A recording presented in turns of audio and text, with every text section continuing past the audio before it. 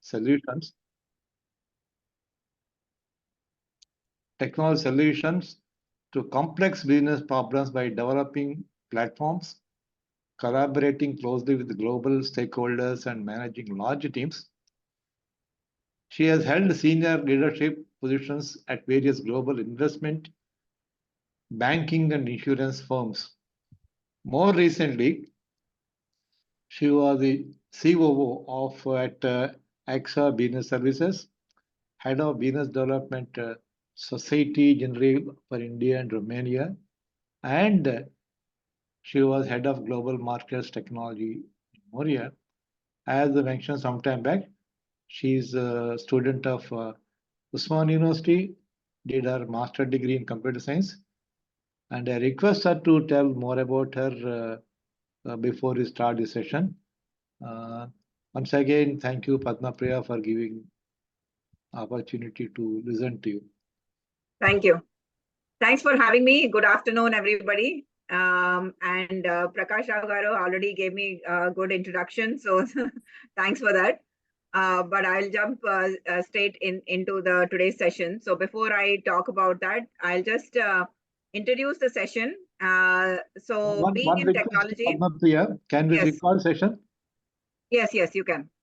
Malika garu start cheyandi. Yes, sir. I did. It started. Yeah. Thank you. Yeah, sure.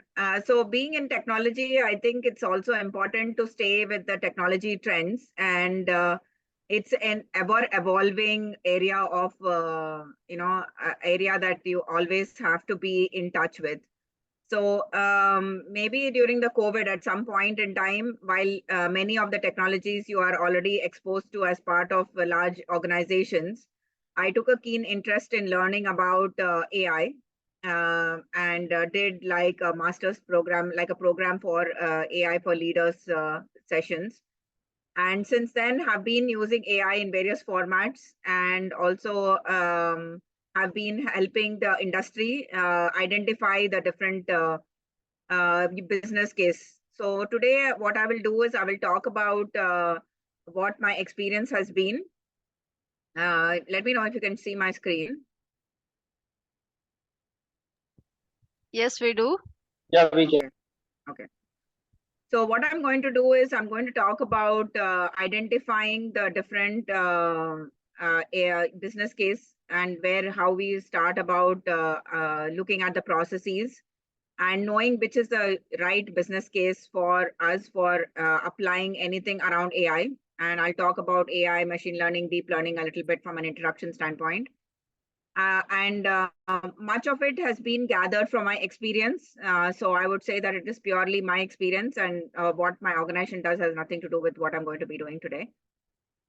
So that's something that I wanted to make sure. And Prakash Rao Garu already introduced me. So my background is about 27 years of experience in different organizations, and primarily driving the technology strategy for global markets, or be it anything around insurance and BFSI.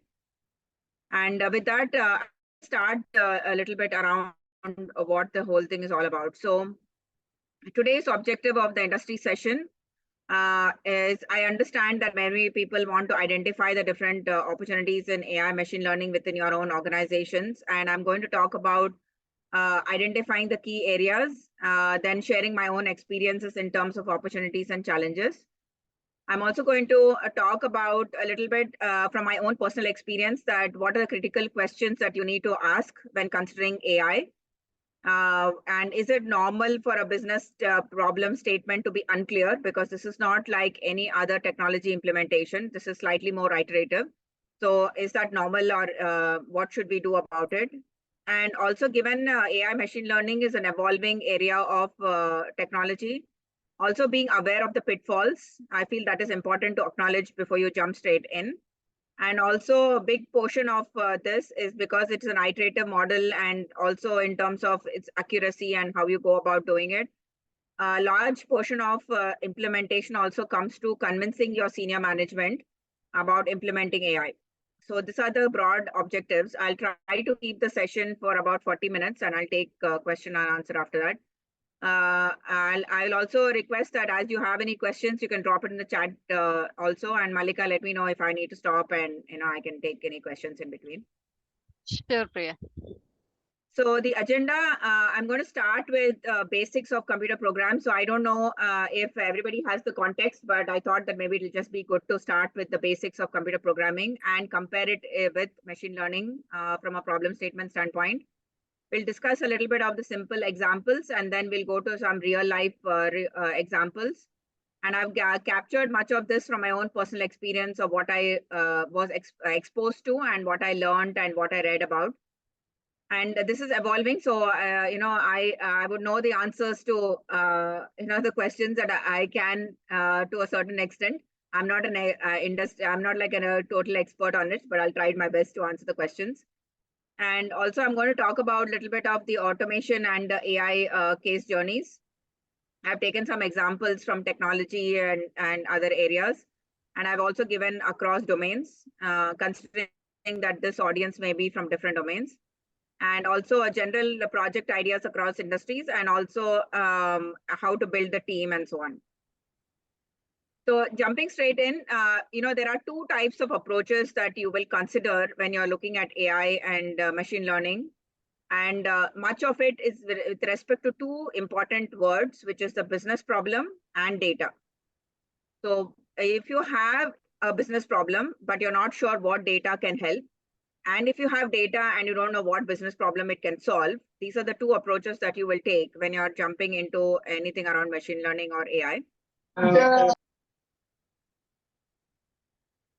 Hello?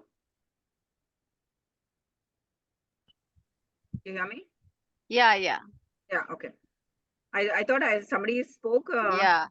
It must have been a background noise. Sorry. Okay. Yeah. So I'm just continuing. So working with machines, when you think about how computers do things and how do we make them do things. So very basic example, if you take, if you have to really determine the area of a rectangle, we know the area is length and width. So we know what are the inputs that we need to give and what output we kind of determine. So if you take in the old way of writing an algorithm, so you will write saying, okay, enter the length and then enter the length of side 1 and side 2. And then you multiply the words and you give the output. So basically the key thing is that you are taking inputs and you're defining a way to determine the output within the programming language. Similarly, if you have to calculate the sales tax, you will start the algorithm by taking an input price. Then you can, add a little bit more, intelligence into it by validating the entry. Is it like a number or any alphabet that you're entering? And then if it is a valid one, then you calculate the tax given whatever formulas of sales tax that you want to put, and you give an output. And you can also identify and you can have some intelligence we always had in some programming language in terms of saying it's an invalid entry, and the loop kind of continues. So if you have to summarize how it is with working with machines traditionally, it has been that getting the requirements, then you build the logic, then you convert the logic into a program and then give it to a computer. So basically, there are three elements of writing programs in the past. So basically, you will get the requirement, you will build the logic, and then you give it to a computer in a programming language to compile and give us the result. So that was traditional. We've been doing that for long. And then it comes to a different kind of a problem. And now you suddenly come to a different thing, which says that now it says, what do you see? So the input happens to be something which is more vision based. So something that you can actually see and nothing to enter into the system, like how we did the calculating the sales tax or area of a rectangle. Then you move into saying, how about this? So obviously you will see the first picture and you realize that there is an elephant. But the second picture actually shows you two elephants. So how does this happen is because we are actually seeing something. There is no real input from a text standpoint. It is primarily a picture that we are actually seeing. And then you see a herd of elephants. And then you realize that, okay, I'm seeing something which is similar to the earlier pictures, but you're actually showing me more pictures. And then you're identifying what the animal is. So if you had to identify and build a programming in the traditional programming language, if you have to build the logic, how would it be? So if you have to identify, so the problem statement is, can you identify elephants in a given picture? So that's the problem statement. So if you have to go around writing down the steps to recognize the elephant. So the first one would be getting the requirements. So obviously we all understand and we know that the requirement is to identify whether the picture is of elephant. And if possible, the number of elephants maybe. So that's the first one. And then building the logic. So there is no formula here per se, which is given. So you don't know the logic yet from the old traditional way of doing it. Then because you don't have the logic, you don't know how to build the program. And then, obviously you don't have a programming language yet in terms of how you decipher what is the logic behind building that computer program. But there is something different about this problem statement versus the other ones we saw. But then you start thinking about how does our brain understand it? How is this different? Because we are also tuned a certain way, but our brain identifies that it is actually even a child can recognize an elephant if you keep showing the toddler who doesn't understand any language per se to speak.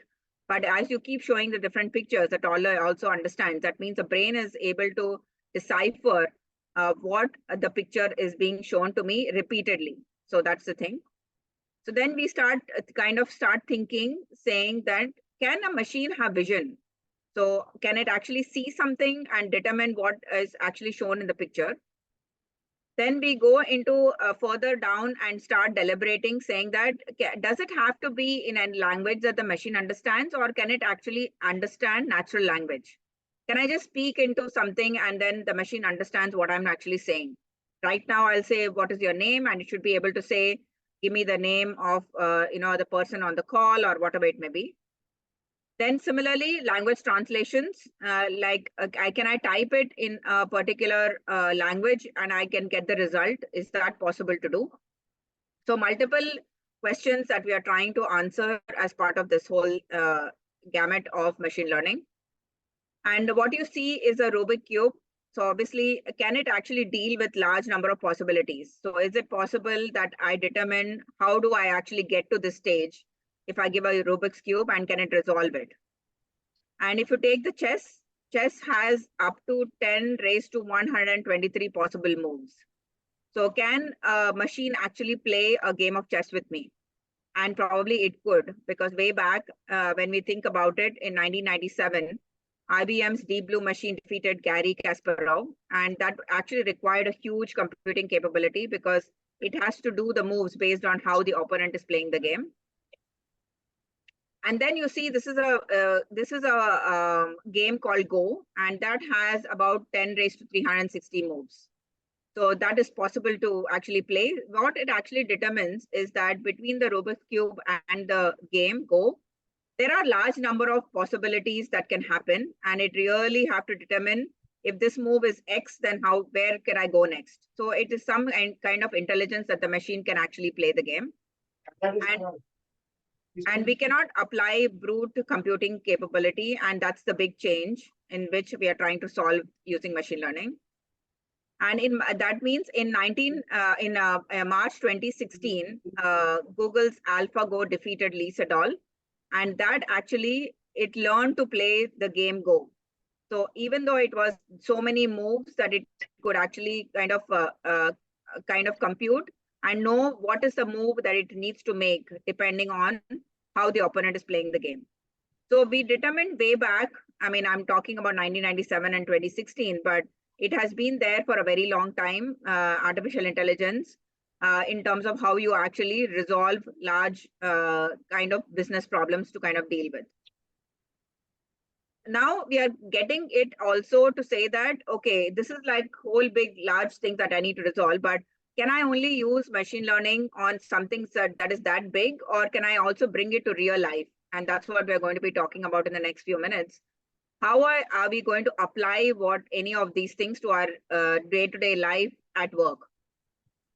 So can it recognize objects? Can it understand the language? Can it play complex problems? And yes, machine demonstrates the ability to think and reason. So we are now understanding that machine can not only execute what is asked to do, but it can also think and reason to a certain extent.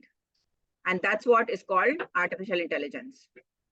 So that's what we will see in the next few slides in terms of what are the real things. So these are really problem statements that I put out there, but can we actually take it to the next level and bring it to our day-to-day life?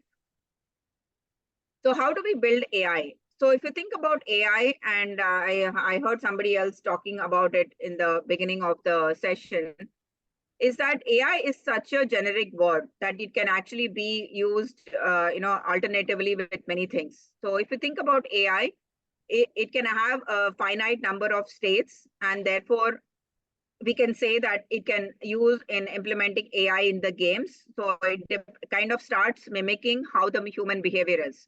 So if I made a move on chess, then it can actually determine what the next move should be, and so on games and so on. So basically it can start mimicking, but it is also a finite number.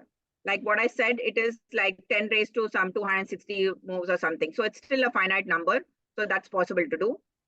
Then we go into something called machine learning, which is actually a subset of a technique of AI, in which it starts using statistical models to enable the machines improve the experience. That's what machine learning is all about.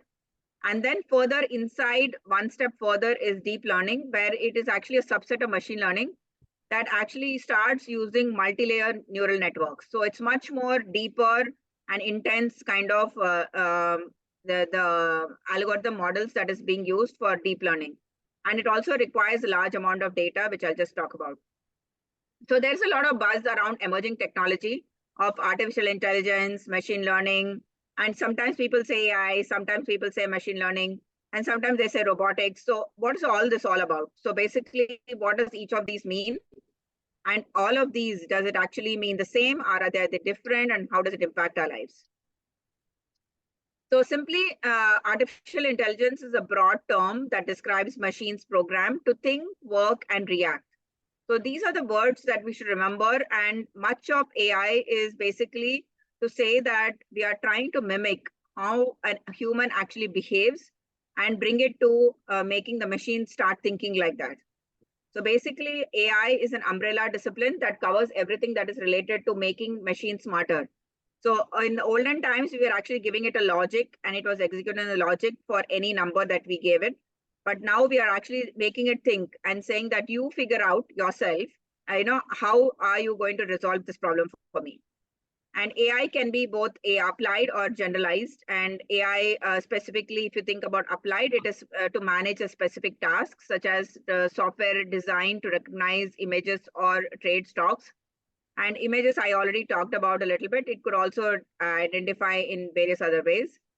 And then generalized AI covers technology that involves and can improve any task that it actually is given. So that could be more generalized. And that's what AI is all about. And then if that was AI, then what is machine learning? So basically, machine learning is the ability to learn without explicitly being programmed. So definitely there is an algorithm behind, but much of everything that a machine will actually learn is through the data. So the blue ones that I spoke about, the data and learn, are the two important elements of this particular slide that I will talk about. So basically, machine learning is obviously a subset of AI, but it is the science of training devices by feeding it data and information so that it can learn over time. So very importantly, data plays a very, very important part in terms of learning what the behavior of that particular algorithm will be. So basically, it is machine learning refers to an AI system that can self-learn based on the algorithm. And that's what everything is all about. So some examples are image recognition, predictive analysis, and so on. So this is what machine learning is all about. Machine learning allows computers to do things without our logic. So basically, without is a little bit of it's underlined is because we're not giving it any logic, but you are saying that you do this and you have to learn yourself. So for example, this is a live example that I used in one of the firms that I worked with before. And this is actually a simple example that I'm giving. So we get tons and tons of emails every day. So, and if you look at Gmail, it automatically does this kind of split between understanding what is spam and what is not spam. So how does it recognize that?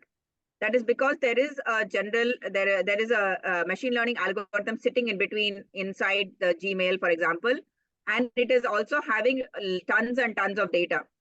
And that is actually understanding, and some kind of tagging is required on the data, which I'll just talk about in a bit. And that actually says that I have to go and look at some of the emails and tag it, saying that when an email looks like a certain way, you put it in the spam folder. When it is not actually looking like that, put it in the not spam folder. So this is the kind of tagging that is required, and much of it is the human is actually training the algorithm, but using data. We don't have any logic there, but it's more using data to be able to make this categorization. And based on that, it builds its own logic, and it understands saying that, okay, now when I start seeing emails such as this, then I'll put it in the spam folder. Rest of will come into my primary folder. So where do we use AI and machine learning at work? I think that's the reason why we are on the call today, and identifying use cases or any business problems. So in our real life at work, where do I use? Okay, whatever I said was nice and hunky-dory and everything, but how do I use it at work? So I'm going to take a simple example, and if you look at what I'm showing on the screen right now is basically a process map. So every single process, so every time you look into anything like AI or machine learning, it's very important to understand the processes that are involved. So it has to be well documented, and you cannot jump straight into something. And over a period of time, also many organizations have evolved, and the process, for example, loan disbursement process, for example, if I take in any banking environment, could be something that was built way back, and some of the processes may have been documented way back. And now taking that, it has to be ensured that we validate some of this documentation and see whether each of these processes still hold. And this is important to document very well before we jump into anything of using any machine learning algorithms in any of these, and identifying whether it can be used or not. So one is understand the business process your teams are actually supporting. And then I'm taking an example of an IT support operation. So simple example, I'm sure everybody will understand this. When a business team is actually there and they have a particular application they are using, and they find a bug in that application or something that is not working, you would probably raise a ticket, and then the ticket directly goes to the L1 support. This is more internal to the organization.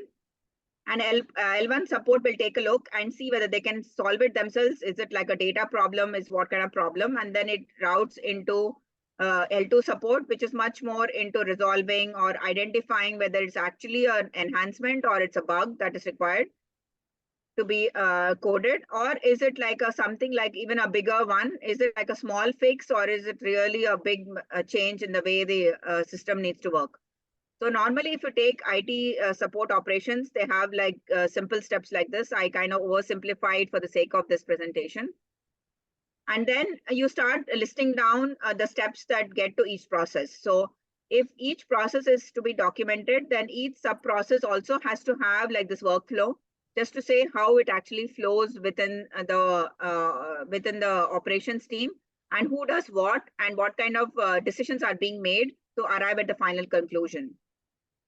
And this is important is because here is where I documented. So if you see the yellow boxes, these are the tasks where exact logic is with us. And sometimes the task is where there is no exact logic. So what it means is that there is some human intervention that comes in, and not every process can be fully automated. So we have put some human intelligence in the process and said that, okay, this process, for example, could be that, we need some human intervention to be there. So I took the ticketing tool and I put the business teams, and the L1 process, I kind of split it into these 6 boxes. So basically, if you have to say the ticketing tool, first, the way the operations person will take a look is to access the ticketing tool. It could be Jira or anything else. And then you review the information on the ticket. Then you identify the severity and category. Then you define the assignee, and then you update the ticket and so on. So it looks very normal, logical, and so on. But when you look at it in the human, in the real life, it doesn't really work like this for the most part, is because there could be clients, you can also program it to say that if I'm getting the ticket from a top tier client, I need to resolve it in 2 hours. If it is from a tier 2 client, it could be maybe it is 4 to 6 hours and so on and so forth. But if there could be a tier 3 client who's been complaining for a very long time, there could be somebody in management to come and tell the support guys saying that, okay, this is coming from a tier 3, but I want you to resolve this today. Is because there is a lot of noise from this particular client and it is a repeated issue that is happening, so resolve it. So sometimes some of this, what happens is that this green box that you're seeing here is where actually the intelligence of human comes in, where we are actually saying that in spite of whatever is programmed, you overwrite it and you figure out and say, now that this the client, which is a tier 3 client, is actually complaining a lot, can we actually do that first before we do other ones? So this is actually talking about working on the data. So how do we determine that? So we have seen the data coming from tier 3 clients, and we realize that there is a repeated mistake or unhappiness that the client has shown. So which is possible that we tell our teams to override the flow of only managing tier 1, tier 2, and then take as priority for tier 3. So this is very much possible to do. And normally that's where the human intervention comes. And that's when I wrote it as tasks where exact logic may or may not be identifiable, because not every time we are following the logic that is programmed, but we may actually take the circumstantial situation and then define what the priority could be. So then how do we do that? Then do we have historical data to build AI/ML? So even if I have to look at this particular one and say, identify the severity and category, so, and then if I get it resolved ASAP, that is because I have access to data. So I have access to the historical data and have seen for the last 2 months, for example, in my case, is that the tier 3 client is been repeatedly unhappy, and we are actually seeing that there are a lot of issues with that particular client, and the resolution time has been very, very slow. So that's when we have access to historical data. So can we give the access to historical data to our algorithm so it can determine the intelligence that I just talked about and then define it? That's where AI machine learning comes into play. And that's when we are talking about machine learning. So if you talk about machine learning, it could be supervised or unsupervised. What is supervised is basically machine learning that can help with human supervision. For example, I talked about an example where email is actually categorized as spam or not spam. And that is possible because you have to take the data, and a spam, not spam is the only category that I put, but you can categorize into any number of things that you want. But for everything, there has to be a human intervention where that is a prep work that is required to be done. So at one point in our organization, we had to go through to identify the tier 1, tier 2, who all are coming from there, and we had to categorize each of the emails. So we actually took a dump of more than 10,000 records. We had to look at each one and label them. So the labeling is very important for it, for the algorithm to understand that, okay, in this particular case, this is spam. In this case, it is not. So that kind of labeling had to be done before we get there. And of course, you can use algorithms like decision tree or Naive Bayes, and that's more statistical models. And for example, you can use the cases with the business case could be spam filter, or even the price predictions or image recognition. So you can keep continuously telling that, this is an elephant, and the picture that you're seeing is an elephant. So as and when it starts looking at it similar months, it can identify that it is an elephant in the example that I showed before. The second way of machine learning is unsupervised. So even that is also possible, where we are saying that the machine identifies the pattern by itself. So what is the trigger of identifying the pattern? And that is only by the data. So the algorithms can be used as k-means or Gaussian mixture model, but it also are the ones like, if you see Netflix, if you go to one category or one genre of movies or any kind of music that you see on Spotify, once you start liking that particular one, it keeps showing you the different, recommendations of what kind of movies you want to see on Netflix, or what is a kind of music you want to hear. And this is standard example is Amazon. Once you start shopping on a particular one, It is looking at the trend of the shoppers of that particular product, and then saying that if you shop for this, then probably you are also interested in this, or you also may need this. So that's where the recommendation systems are. In which case, we are not labeling any data, or we are not doing any human intervention on the data, but we are actually feeding it tons and tons of data so that it can recognize the pattern by itself. And then also one important example is also anomaly detection. So in any kind of fraud cases that you are actually going to identify in any banking or any financial institution kind of workflows, anomaly detection is very, very, is a standard use case where machine learning is used, is basically because if you see the data, it is going in a smooth way, but there could be some interception of a different kind of a number suddenly thrown there, and it can actually identify and say that this looks like a anomaly, and this looks like there could be something wrong with this data. It doesn't know whether it's fraud or not, but that can be documented also. But it can actually tell you that this data looks very, very different from what I've seen in the past. So in which case it's unsupervised, and also it can actually look at some of this and identify the different use cases that we're having. Deep learning is a further subset of machine learning, and this is much more intense because it's going to use neural networks. It is very, very deep in terms of what we are doing. So deep learning are like virtual assistants or vision for driverless cars. There, the precision has to be superb, and it has to be so close to how you actually human drives, maybe even with lesser accidents. But vision for driverless cars is a great example for where deep learning can be used, or any of the money laundering cases to identify, or any face recognition. So you're seeing much of everything that the Digi Yatra and so on. That may be a lightweight, but at least recognizing the face when you actually enter your Aadhaar card into the Digi Yatra. But when you enter into some of the places, you don't even have to swipe any of your Digi Yatra. You can automatically recognize your face. Sometimes you're wearing a spectacle, sometimes not. So I think some of these things are very important, and this could be a great place where machine learning can actually be used. So that was just a summary of machine learning and deep learning and the different kind of terminology that we use. But I have noticed that, it's very important that senior management support and some of the questions that we need to ask before we jump straight in.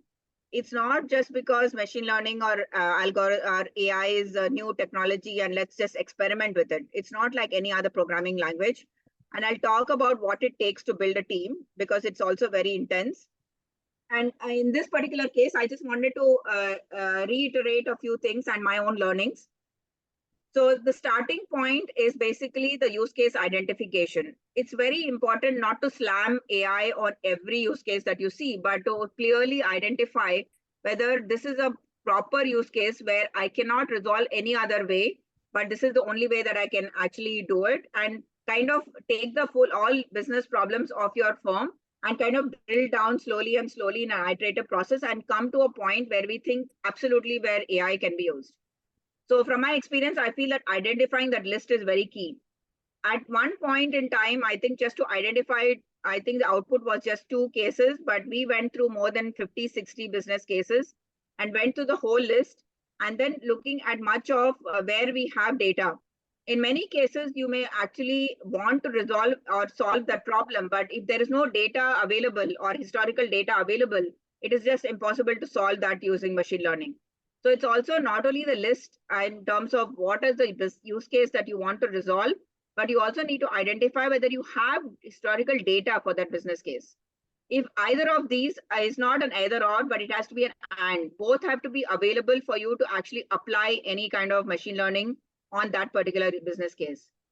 Then can the problem be solved with just automation? Because sometimes we tend to over engineer in the business problem just because it's a new technology.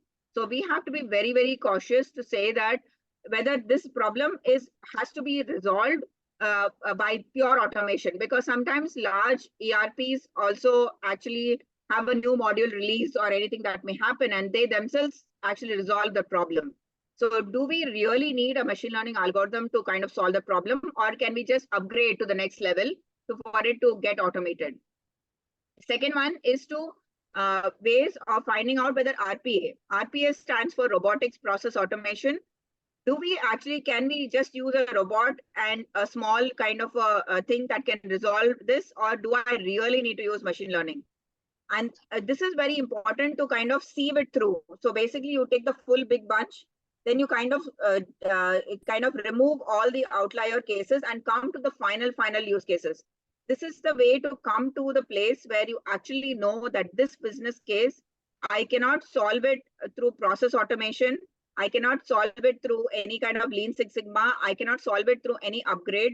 Then I cannot solve it through robotics. And hence, now I see that machine learning is a solution for it. So be very, very careful of how you identify the use case. I think that is very critical. While I'm talking about the use case of the machine learning, I'm very cognizant of this fact is that this is very important, because as technologists, as people who understand machine learning, everybody want to jump into this bandwagon saying, I have used machine learning. But if you actually pick the wrong use case, it's a total waste of money and time. So I'm very, very cognizant, and I just reiterate that it's very important to identify the right use case. And how long you and your organization are willing to wait to see the results, because this is an iterative process, like I spoke at the beginning. You may actually have multiple algorithms that you kind of define. Then you have to go through each and every one and see what results and what accuracy it is bringing. Then you have to come to a things to say, how much am I willing to wait? Because it's not like you just take data, you slam it onto a algorithm and the result is what you see. You have to refine the data. You may have to make it more and more clean. You may have to fine tune the algorithm. Maybe this algorithm doesn't work. You have to try with another algorithm. So it is like a both way. You have to kind of keep doing iteratively and seeing what is the right thing, so that you are able to come with the right answer to take it to production. And this is very important, is because if the organization or you don't have the patience, this is a very intense process. So you will not actually be successful in you implementing anything of machine learning. And so where do you start is I suggest that you start with a critical business problem. This is not like a fancy thing, because anything you do with machine learning AI, it requires a lot of resources. It requires a lot of time to be able to, and patience to get to where you want to be from an overall result standpoint. So you might as well spend time in the most critical business problem that you may have. And I will mention again, but please don't see AI as a hammer for all your problems. It is not going to solve everything, though it could. But there is no need to over-engineer when you have other ways of resolving the same problem. And sampling of data to check how clean it is. There is a lot of data science and analytics that is required on it to just ensure that you have clean data. And there is a process of cleaning the data. It is not one-time clean data, because data is being generated, tons of data is being generated every day. So algorithm will fail. And if you just leave it with one time and looking at it and just dump data on it, so it has to be also, while the data is being cleaned, the algorithm also needs to be evaluated to see whether the results are the same. So both of these has to be looked at in parallel. And you have to be able to show your senior management the value, because they are going to invest a lot of time and money in this process. So it's also important to see and show your senior management the value of using anything around AI. And scaling and deployment is the next challenge. So while you do all of these things in a test environment, you have test, it's working very well, great, wonderful. But taking it to production is the next big challenge. So unless the whole thing is done, I mean, of course, you can actually share the joy that the test is successful, but real test is when you take it to production. So these are from my own personal experience. I would say is that every step of this is very, very key to be able to actually say that the business problem is something that you are used AI or machine learning successfully on. I'm just going to talk about a little bit, and feel free. I mean, I'm just running through, but feel free to put in your question, and I'll just pause and take that as you get along. And just talking about some of the project ideas. So if you actually are looking at any of the machine learning, it depends on which domain you belong. But image captioning or extracting embedded text, extracting the sentiments through emojis. So this is a very interesting use case. Because if you look at social media and look at much of the unstructured data that is coming in, there's tons of data that's being generated every day. And the sentiment also, people use emojis. So how do you actually extract sentiment? That's a great way of looking at it. Much of it could be very predictive in terms of how your clients are looking at the data. So it could also be that you extract some of the sentiment. So you are preempting what the action of the clients could be. And speech, local language, machine translations. We have multiple languages in India. And if you have to run your business, supporting the local language could be very, very important. So that translations. We have been exposed to much of the home APIs, be it Google Home or be it Alexa, and know how that works. Your own smart devices that all the wearables are also very equipped. And then your text, I mean, understanding sarcasm is very, very difficult, but also is one of the use cases that you can think about if some of your clients are actually telling you information ahead before they drop off. So one example could be where your clients are giving you feedback on emails or on phone calls, but you're not able to understand, or you actually don't know whether the client will stick with you or will drop off if you're not looking at the data. So can you identify that the sarcasm that's there, whether it is actually positive or negative? And then chatbots, any local language, and video, we see the speed controls that are out there. That could be a great example. Chatbots are used now after COVID in many places. In retail, we see a lot of them. Any kind of things that you may look at it in your own business model, whether that could work. It's a great example. Recommender systems. Every single, if you do any retail shopping also these days, you see a lot of recommender options out there. So that's where you can also use in your own business domain. Anything of time series, satellite data analysis, much of these are few examples of where you can actually use machine learning. And further on, some of the examples, I try to put it across domains. While we have seen robots in manufacturing for a very, very long time, we also hear about self-driving cars quite often. Education, after COVID, I think adaptive learning has been one thing. There are many softwares that help children actually learn the concept by reiterating or identifying that the student is kind of struggling with one concept and kind of reinforcing that concept so that they're learning better and faster. And finance, sorting large amounts of data, real-time predictive analysis could be a great example. Very interesting is organizational management, where you have smart assistants. There was one time in one organization where the personal assistant was actually a robot, which could kind of schedule meetings and identify whether the person who's actually the manager is having enough time, or what is the next available slot, and so on. It's a great way to use machine learning. A reduction of bias is also very important. I'll talk about that in the pitfalls also. Healthcare is a great place where machine learning can be used. Disease mapping or pathology is a great place where healthcare can be used. As it is, you see a lot of shortage of doctors in many places, but wherever possible, machine learning could help with some kind of diagnosis. Retail, predicting the product customers that are going to buy next. That's a great way to increase your sales.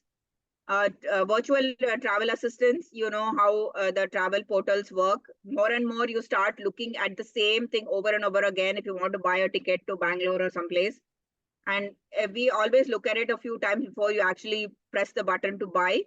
And automatically, every time you refresh, you will see that the prices are slightly increasing, is because the algorithm knows now that you're going to buy, and that you can actually increase the price.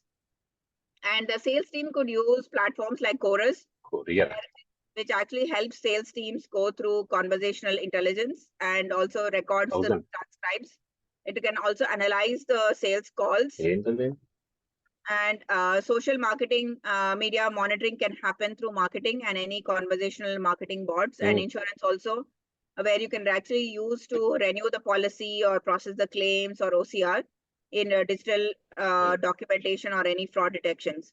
So these are some of the examples across domains that I put in there. And I'll just talk about a couple of more before I pause and I'll take some questions. So if you think about Dell, even though you may see that it's a big giant in the software and hardware, but they've actually used AI and machine learning and in their actually marketing creatives. And Dell noticed that there's a 50% increase in the CTR and almost a 46% increase in the responses from customers once they started using much more in the marketing area where they use machine learning. And they partnered with another company called Persado. It doesn't have to be that you build everything yourself. There are many AI specific startups that are out there that are building nice products. And benefits of AI in digital transformation.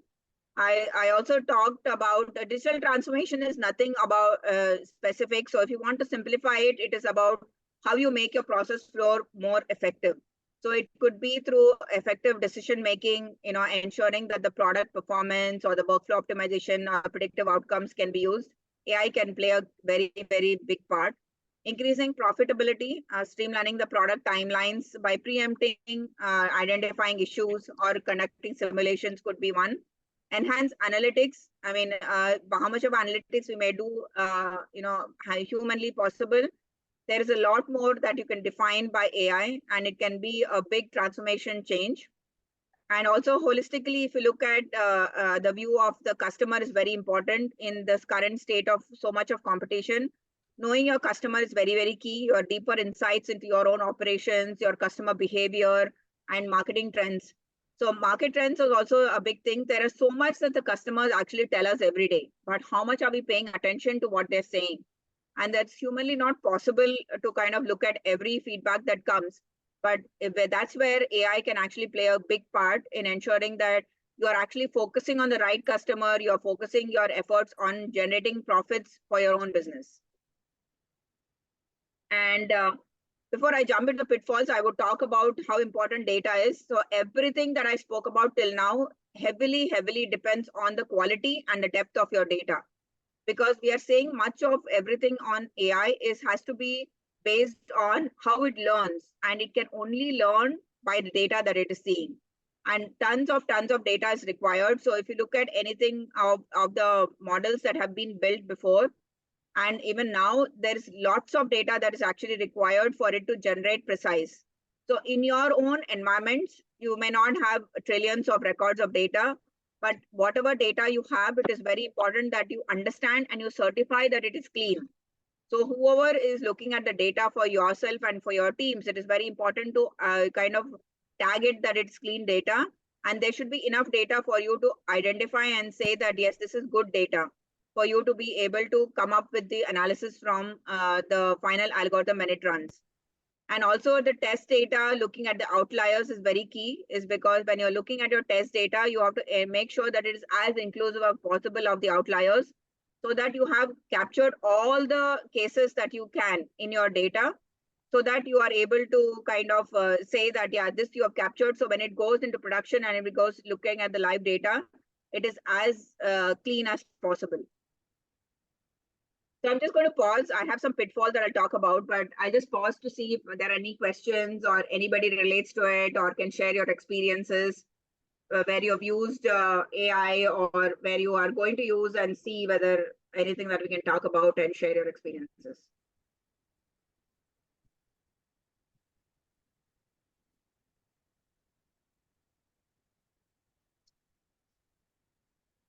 I think Revati has a question.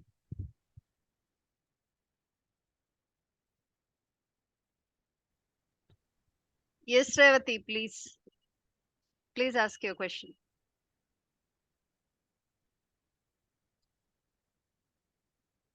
Revati, you have to unmute yourself, please.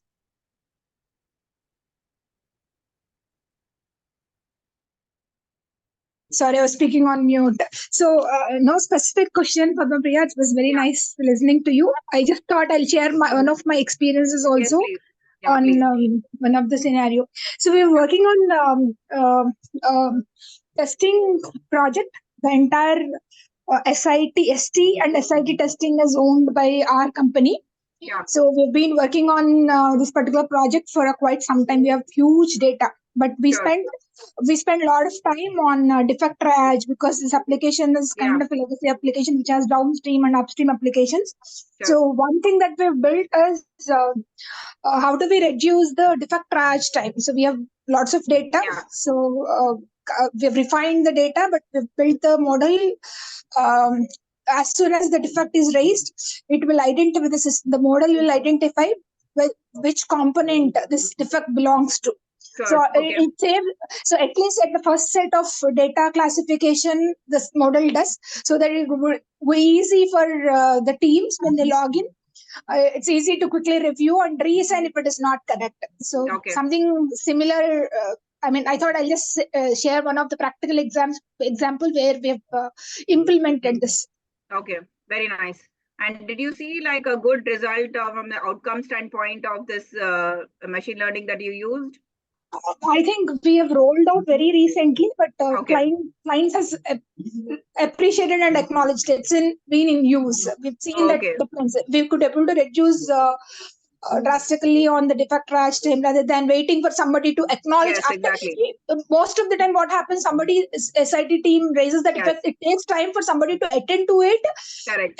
look into it, and classify. Okay, this is not mine. Some other application team has to look into it, right? At least that waiting team has gone, so we know that by default system identifies, and it's easy. I mean, it is at least giving us some input, whether that Yes. is.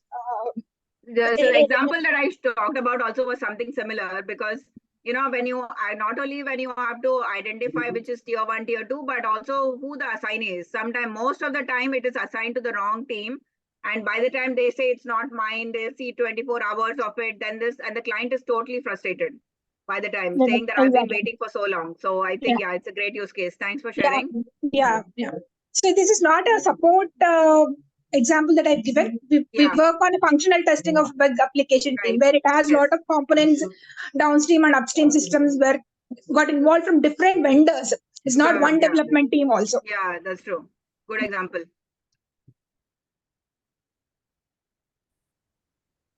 Looks like Rajshekhar is ready for a question or No, clarification. I think not a question, but an interesting observation. What Revati shared was wonderful. I mean, even whatever Padma shared as excellent examples.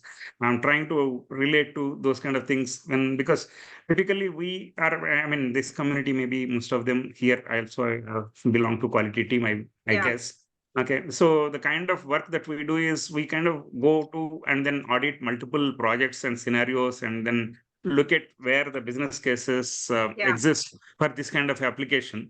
But we don't, I mean, in the traditional systems that we are working with, we don't get to see this kind of a innovative thinking and then trying to implement some things like this, for example, triaging and then tracking it to a defect even before the customer is, actually responding to it, etc. Sure. Okay, but this is very interesting, and then this is a new type of use cases that are coming in place. That's what I was appreciating it. Very good learning from this session. It's wonderful. But it's very important that when in any of this, one is you have data from the past. So much of it is that nobody wants to say that something was incorrectly done before. So, and I'll just talk about the pitfalls a little bit, but it's very important to have the data, whatever it is, and whichever team has to have that kind of involvement to just make sure that the historical data is well preserved and very clean. Because everything will be based on how it is. Because if there's no logic, it is going to look at something, and it has to look at something. And in our case, in this particular case, it is data. So access to the data is very, very key. And that is the main thing of making anything around machine learning successful. There is no other way of doing it. Algorithms writing is easiest part of the whole streamline of the whole workflow, right? But the whole thing is to make sure that you have data, it is clean, and the output is actually giving you what it is, and also making sure that the algorithm is behaving well even with the live data that's coming in. So you cannot just drop it there and leave it. That maintenance is very, very key, just to make sure that iteratively you're looking that it's still giving you the result that you need. But just a related question. In case we have access to data, but we don't have a defined use case kind of a thing, and then we want to experiment by thinking like this, are there any platforms which can, for a non-programmers or what do you call the regular business kind of a scenario, right? I mean, we are in the support operations and all those things, so we will not get a use case to be readily accepted by senior management, but we want to create something and then show the model. So are there Yeah. any platforms which relate to it and then can quickly help us to, show some results, maybe in an effort of 1 month, something like that? Is there See, any? identifying use case is very specific to your domain of work. And Mhm. it is actually basically the best way of doing it is to go to the teams who are working on a regular day to day. Instead of saying that I'm looking for an AI problem, you actually identify and you start looking for problems that are existing.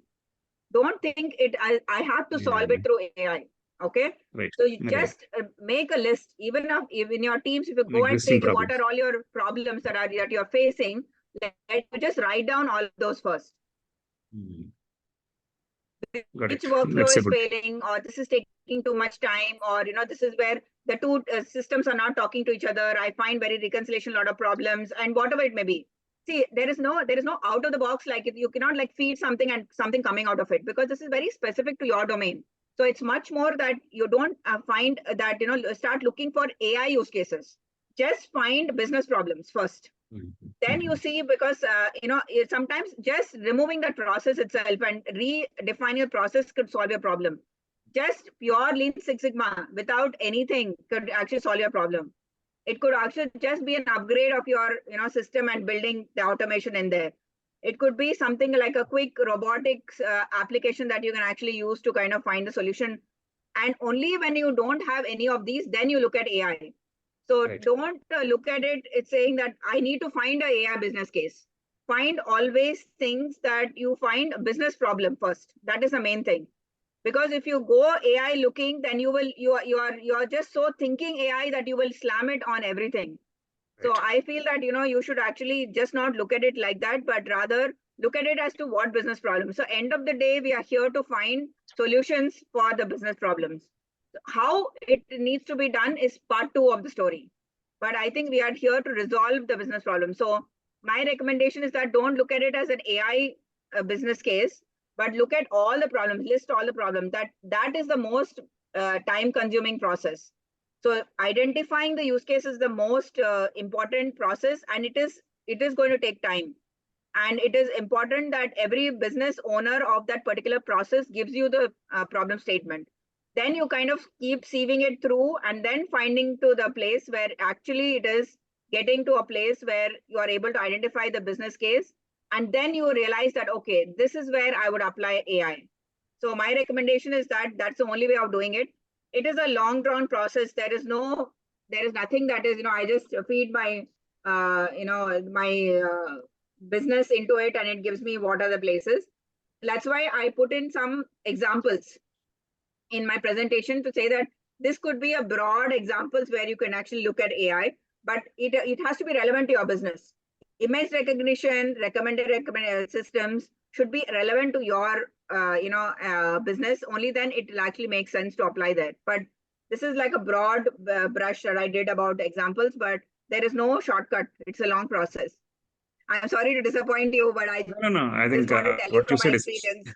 no, perfectly fine. I'm with you in identifying the right business problems, but my question was more on are there platforms which can help to, I mean, for a non-programmer kind of a scenario, people to work and then provide a quicker solution is what I was thinking. Are there any low code, no code kind of a things, or those kind of a platforms with AI enabled, patterns, and if we have data and we have use case, but how to go about doing AI kind of, that's the, So is there a there platform are, where? depending on your use case, there are so many AI providers in terms of finding a solution for your business problem, but it is very specific to your business case. So you will have, I don't think there is a one unified, a generic one which will not give you what you want, but it has to be specific to your business domain. I don't know of anything that is like a generic one which can give you one quick solution for that. Okay, thanks.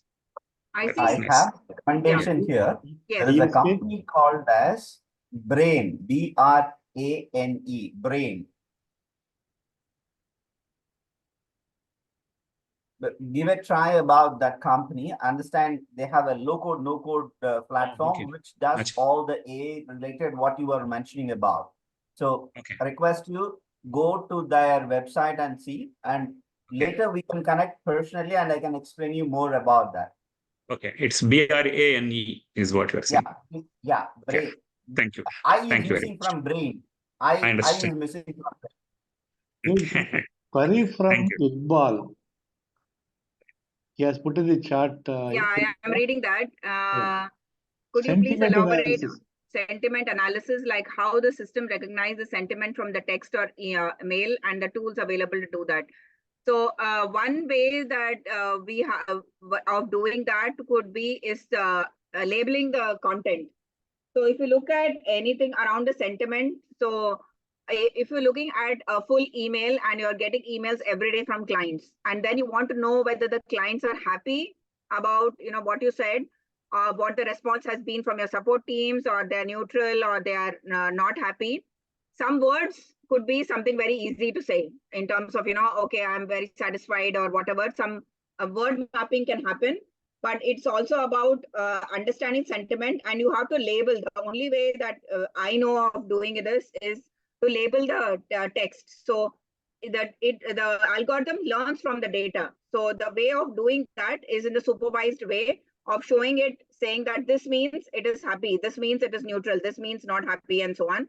So one way of doing it is to label the data, but there are many sentiment analysis providers in the market.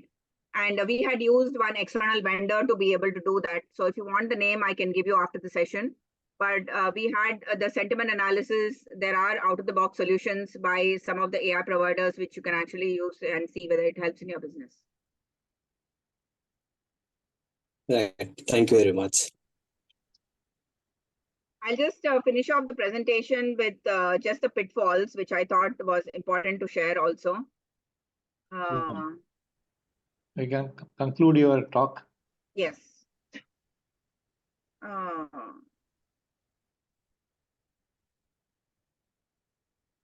So when you look at the pitfalls, I just wanted to talk about some of them, is because I feel that this is very important to be aware of. And the first thing is that bias in the decision making, because if you're thinking about data, if the bias has already been inbuilt into the data, it is going to take its shape in the analysis or in its result when you feed it into the algorithm. So for example, some of the things around any of the criminal justice or even healthcare, any mistakes that have happened will flow into the results that it will show. And also any financial services such as approvals for mortgage and loan and so on, or hiring.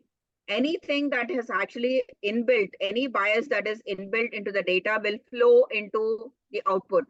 So it is very important to be aware of this. So because you're feeding the data from its historical output, saying that if A and B, then the output has been C and it is not D. So the output will always be C because that's how the data has been fed in. So being aware that this kind of bias could flow is very important. And the reasoning constraints, these include it is not a human end of the day. And it is also things like imagination or ability to ask questions and contextualize is not really possible yet. But I'm sure that with technology evolution, that's all very much going to be there or is there already. And then data security and privacy, because this is a big topic. It's very important. It depends on how controlled environment you're working in, but the data has to be fully exposed to the algorithm. There are some of the financial institutions, some regulations that don't allow it, or there has to be some exceptions or declarations made. And that is very important. And especially things around GDPR and so on. But that is important to be aware of. So before you use any machine learning, find out whether any constraints are there in your own business area. Data acquisition also is because machine learning is huge. So you have to make sure that you have massive amounts of data. So the data is very, very key. It is not going to happen with 1,000 records or even 10,000 records. The quality of data is very key as much as the quantity of data in this case. Both are very important. Because more number of cases can only come out by different ways of how the data has been treated. There's no one way that a human takes a decision. So that's very important. And time and resources, that's why I said that, looking at the most critical business case is very important, is because this will require a lot of time and energy in terms of ensuring that you let the algorithm learn, and also you spend time to clean the data and feed it. And interpretation of results, it's it's a major challenge also. So you need somebody to be able to analyze, and have somebody from the data team to be able to interpret the results for you from the algorithm as well. And there could be some errors, because if you are actually going to skip some of the outliers, and if the data set or your test data is not inclusive enough, it is going to bring in some kind of deviation from what you expected to happen. So this is not like a laundry list of the pitfalls, but I came across some of these, so I thought it will be good to share. And just from a summary standpoint, it's very important to identify the sub-process. So when anything that you start around machine learning or AI and deep learning, ensure that you have the sub-process fully documented by your teams, and take step by step for each sub-process. Convert the business problem into a data science problem, because if it is not going to be data specific, there is no machine learning in there. And then start with some hypothesis. What are you trying to achieve in this particular case that you are looking at? And data should support the objective. So basically, whether data will give you the right answer or not. And of course, building the right machine learning or a deep learning algorithm is very key, and the model is important. And it's not necessary that one model solves your entire problem. You may have to define more than a few to be able to arrive at the right algorithm. Evaluation of the success criteria is key. So when will you say that your algorithm or your project is a success is very important.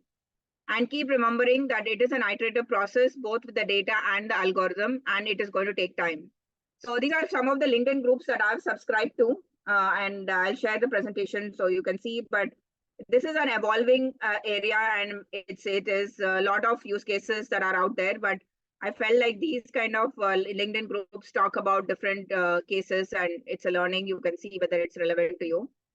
And it's a quick thing. And on a lighter note is that when you are basically, the first one is talking about AI identifying when employees are unproductive and they are in a meeting, and then AI is actually telling you it is an unproductive meeting. So you have to be ready to face the consequences of what the data from the history is going to tell you, because that is very important. Because if you're not going to acknowledge the data and the importance of it, then there is no machine learning there. That much of courage the organizations need to have. And for good or bad, I would say that it controls our daily life, and it does not look that it is going to stop, or basically it should not stop. So I would say that let's make the best use of it. So I'm going to end it there.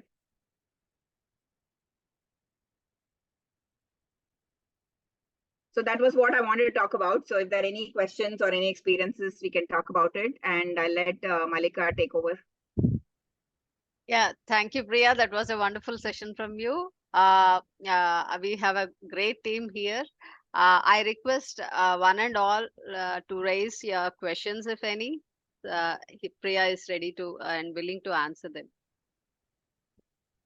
Yeah, We can even share our experiences, actually. Yeah, I think so. Because this is an evolving area. I mean, sharing experiences helps us to identify, that could be a solution for ourselves. Hari Lanka seems to be ready to talk. So we hear a lot of news around the YouTube and other places saying that AI is going to steal away your jobs and so on. Yeah. So by hearing what I interpreted from the session is still we are on learning a lot of things, and then introducing a lot of algorithms or tools which are a replacement of human and have better value in the business. So what is the recommendation from a process perspective? Because organization heavily rely on a lot of management system certification. There is a lot of repeat in terms of the business doing the internal audits. Okay, so how AI can really help or automate some of these activities? So if you can throw some light, that would be helpful. And as a process head, I can also start looking at AI and exchange dialogues within the development team in the organization. Yeah. So one thing is that, like you mentioned at the beginning, I feel that, AI is evolving. I don't say that, much of the jobs have not been, I would say that replaced, but it has been replaced. But I would say that now the new generation of the professionals that are out there have to be cognizant that it exists. And maybe the job definition will change in all of our lives. And we have to be ready for making that change. And coming back to what you're asking particularly, I feel that whatever you start with, wherever you're starting, you ensure that you have enough data. You need like a data science team, you need a business expert, you need technology guys. All three have to be there with you to work on any business case you have.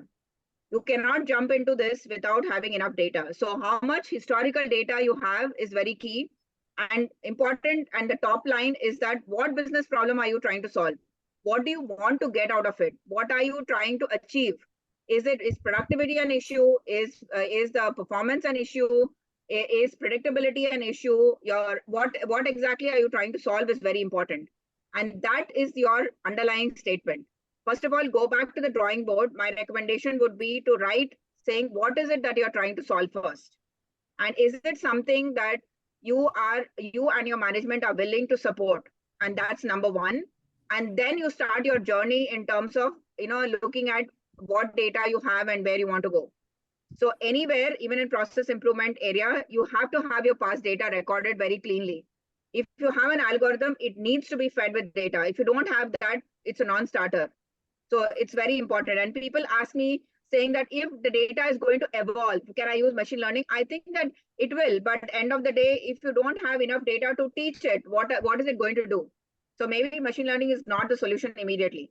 So I would recommend, sir, to you is that you first write down what are you trying to solve and then start with that. Yeah, thank you. Anybody else? I think there is some kind of a design thinking concepts that are very much relevant or, in what you are thinking about in actually getting the context ready, in identifying the use case rather than directly jumping into the, solution or the model. Yeah, that's what I relate to because, how you identify the use case and all those things and what. So that's important.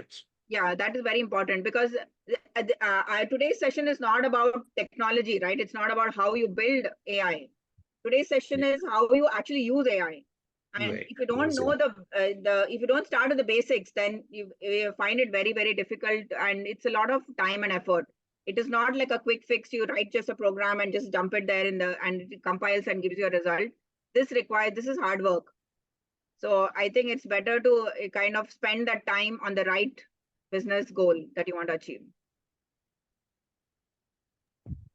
Sure, Priya. That was a very good insight that you have shared with us, and I'm sure everybody appreciates it. Mr. Nazim, you have something to say. You were typing something. You could speak as well, so that we all get to know. No, actually, I was asking, like, will there be any advanced session after this? We can coordinate, but what is it that you're specifically looking for? No, with respect to like something like writing the algorithms or how to like draft a plan before we do any AI project or before we do any AI implementation, right? Like what is that we need to do, how to proceed and all, something advanced kind of sessions can we expect after this? Yes, sir. I think what is asking more about a future course of SPIN than a question to present speaking. Can SPIN conduct a very detailed training program? Am I right, Nazim? Yes, something similar. Yes. Something like that. I think we'll think over and come back to you, Nazim. Yeah, Mr. Nazim, it's actually, see, 1 hour, 2 hour sessions may not help us, for what you are looking. It's a very vast topic. We will need a workshop kind of a thing. We will definitely try to plan for it and see what can be done, because that's our aim. Like like Mr. Rajsekar, like Mr. Hari Lanka, and all have said, and Padma Priya herself has said that it is not one person's job, it is a team effort. So we should understand what are all the teams that are required, even if we want to use AI effectively in solving a business problem. Okay. So we will try to hold a workshop. Just give us some time. We'll get back to you on this for now. Okay. Yeah. We'll Okay, definitely look into it and get And- back. Thanks, Priya. Thanks for a Thank you. wonderful Priya. and Thanks, Priya. a very entertaining session, actually. I mean, Thank you. yeah. Thanks, Priya and Malika. Thank you, everybody. Thank Thank you, you. thank you, thank you very much. Thank you Bye. very much. Thank you. Bye. Thank you so much. Bye. Thank you. Thank you.